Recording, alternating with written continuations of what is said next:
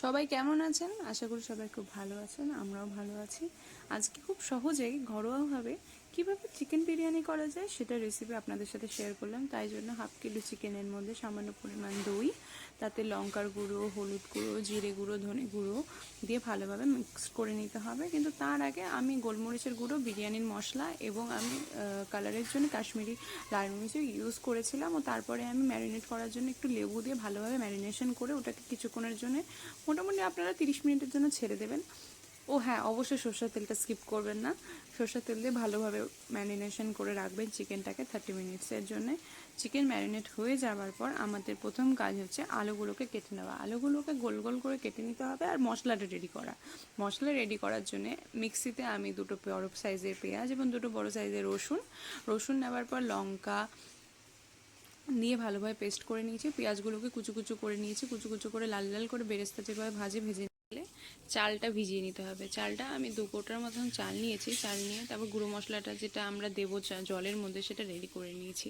তার জন্য আমি কয়েকটা বড় এলাচ, ছোটো এলাচ, দারচিনি, গোলমরিচের গরম জলের মধ্যে চাল দিয়ে দিতে হবে। চালটা হয়ে যাবার পর হাফ সেদ্ধ হলেই না একটা হাঁড়ির মধ্যে ফয়েল পেপারটা ভালোভাবে ছড়িয়ে শুরু করতে হবে। তার জন্য প্রথমে আমি অল্প মাংস আর ঝোল কিছুটা দিয়ে তার উপরে ভাত ছিটিয়ে দিয়েছিলাম। তো এই লেয়ারিংয়ের জন্য আমি প্রথমে পেরেস্তা দিয়েছি, তারপরে কাজু কিশমিশ ছড়িয়ে দেবে।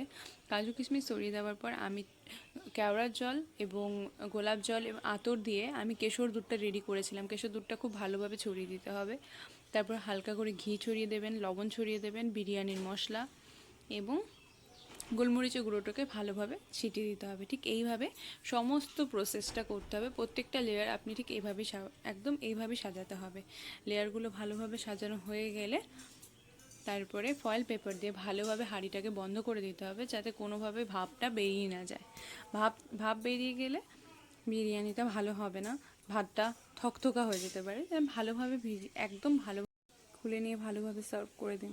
বাড়িতে ভীষণ সহজে আপনারা এইভাবে বিরিয়ানিটা বানিয়ে নিতে পারবেন, যেটা খেতেও ভালো লাগবে এবং পুষ্টিকরও হবে। খুব বেশি এটা আনহেলদি ফুড হবে না। যদিও বিরিয়ানি আনহেলদি ফুড, তবে বাড়িতে বানালে সেটা বেশি ভালো লাগে খেতে বাইরের থেকে। চটজলদি করে আপনারা এইভাবে বানিয়ে নিতে পারেন।